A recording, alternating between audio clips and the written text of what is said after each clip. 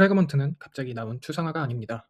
액티비티 하나로 모든 화면을 버티던 시대가 태블릿과 복잡한 UI 앞에서 한계를 드러내기 시작했기 때문입니다. 초기 안드로이드는 아주 단순했습니다. 화면 하나를 만들면 액티비티 하나를 두는 방식이 가장 자연스러웠고, 실제로 그 정도면 충분했습니다. 스마트폰 중심 시대엔 작은 화면 하나만 잘 채우면 됐습니다. 한 번에 보여줄 정보도 많지 않았고, 화면을 통째로 넘기는 방식이 오히려 더 직관적이었죠. 그런데 태블릿이 등장하면서 같은 앱이 완전히 다른 배치를 요구받기 시작합니다. 휴대폰에서는 한 화면씩, 태블릿에서는 동시에 둘 이상을 보여주는 편이 더 자연스러워졌습니다. 대표적인 예가 메일이나 뉴스 앱이었습니다. 휴대폰에서는 목록을 눌러 상세로 들어가면 되지만, 태블릿에서는 왼쪽에 목록, 오른쪽에 내용을 함께 띄우는 편이 훨씬 낫습니다. 이걸 액티비티만으로 처리하려면 레이아웃을 갈라야 하고, 화면 전환도 다시 짜야 하고, 비슷한 UI 코드를 여기저기 복붙하게 됩니다. 구조가 금방 무거워졌죠. 개발자들이 원한 건 분명했습니다. 화면 전체가 아니라 화면의 일부를 독립적으로 만들고 여러 곳에서 다시 쓰고 싶었던 겁니다. 이 지점에서 프래그먼트가 등장합니다. 핵심 아이디어는 액티비티를 화면 전체의 그릇으로 두고 그 안에 실제 UI는 조각 단위로 나누자는 것이었습니다. 즉, 액티비티는 컨테이너가 되고 프래그먼트는 실제 화면 조각이 됩니다. 필요한 조각만 붙이거나 떼면 되어서 한 액티비티 안에서도 다양한 조합을 만들 수 있게 되죠. 이 방식의 매력은 재사용성이었습니다. 같은 목록 프래그먼트와 상세 프래그먼트를 휴대폰에선 순차적으로, 태블릿에선 동시에 배치할 수 있었으니까요. 프래그먼트는 액티비티의 책임을 잘게 쪼개는 시도이기도 했습니다. 거대한 액티비티 하나에 모든 위젯과 로직을 몰아넣는 대신 화면 책임을 부분별로 나누기 시작한 거죠. 당시 기준으로 보면 프래그먼트는 꽤 설득력 있는 해법이었습니다. 태블릿 대응, UI 재사용, 구조 분리라는 세 가지 요구를 한 번에 만족시키는 것처럼 보였으니까요. 특히 마스터 디테일 패턴에 딱 맞았습니다. 목록을 고정해둔 채 상세나 편집 패널만 바꿔 끼우는 식의 인터랙션이 가능해졌습니다. 그리고 프래그먼트 트랜잭션이라는 개념 덕분에 화면 조각을 런타임에 추가하고 교체하고 제거할 수 있게 됩니다. 정적인 화면이 아니라 조립 가능한 화면으로 가기 시작한 겁니다. 설계 관점에서도 메시지는 분명했습니다. 액티비티는 얇게, UI 조각은 모듈화해서 관리하자. 지금 봐도 꽤 현대적으로 들리는 주장입니다. 그런데 이 추상화는 공짜가 아니었습니다.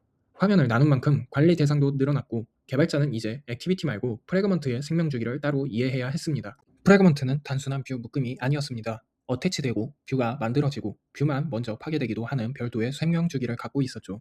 문제는 생명주기가 하나가 아니라는 점이었습니다. 액티비티 수명, 프래그먼트 수명, 그리고 프래그먼트 안 뷰의 수명이 서로 어긋나며 겹치기 시작합니다.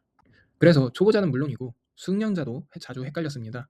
어떤 초기화를 어느 콜백에 둬야 하는지, 그리고 뷰가 사라진 뒤 무엇을 참조하면 안 되는지 계속 실수하게 됩니다. 문서만 보면 조립 장난감 같지만 실제 앱에서는 트랜잭션 타이밍이 늘 문제였습니다. 조금만 시점이 어긋나도 스테이트 로스나 예기치 않은 동작이 튀어나왔죠. 백스택도 만만하지 않았습니다. 액티비티 백스택과 프래그먼트 백스택이 섞이면서 뒤로 가기가 정확히 어디까지 되돌아가야 하는지 설계와 구현이 함께 복잡해졌습니다.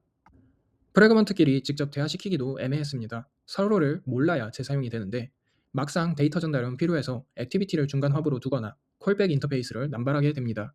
화면 회전 같은 구성 변경이 들어오면 난이도는 더 올라갑니다. 어떤 프래그먼트가 다시 만들어지고 어떤 상태를 복원해야 하는지 놓치면 중복 추가나 상태 꼬임이 바로 발생했죠. 특히 나중에 모두가 반복해서 겪게 되는 문제가 있습니다. 프래그먼트 자체는 살아있는데 내부 뷰만 먼저 파괴될 수 있어서 바인딩이나 옵저버 정리를 놓치면 메모리 릭과 크래시가 발생합니다. 여기에 템 UI, 뷰 페이저, 중첩 프래그먼트까지 얹히면 상황은 급격히 어려워집니다. 화면은 그럴듯해 보이는데 실제 내부 구조는 누가 언제 살아있는지 추적하기 힘든 상태가 됩니다. 그래서 프래그먼트를 이야기할 때 중요한 건 이 아이디어 자체가 틀렸다는 게 아닙니다. 문제는 재사용 가능한 UI 조각이라는 단순한 문장이 실제 구현에서는 너무 많은 상태와 규칙을 요구했다는 점입니다. 결국 팀들은 각자 생존법을 만들기 시작합니다. 베이스 프래그먼트를 만들고 공통 규칙을 얹고 헬퍼 유티를 늘리면서 복잡성을 프레임워크 바깥에서 통제하려 했습니다. 즉, 프래그먼트는 실패작이라기보단 가도기적 해법에 가까웠습니다. 실제 문제를 해결했지만 그 대가로 너무 많은 운영 비용을 남겼고, 그래서 이후 구글은 AAC와 내비게이션으로 다시 질서를 만들게 됩니다. 한 문장으로 요약하면 이렇습니다.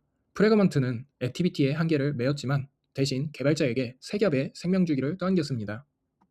그래서 프래그먼트의 역사는 성공과 실패가 동시에 들어있는 역사입니다. 화면 조합의 자유는 얻었지만 구조 전쟁의 씨앗도 함께 뿌렸습니다. 다음 장에서는 이 문제가 멀티 액티비티 대 싱글 액티비티 논쟁으로 어떻게 이어졌는지 보겠습니다.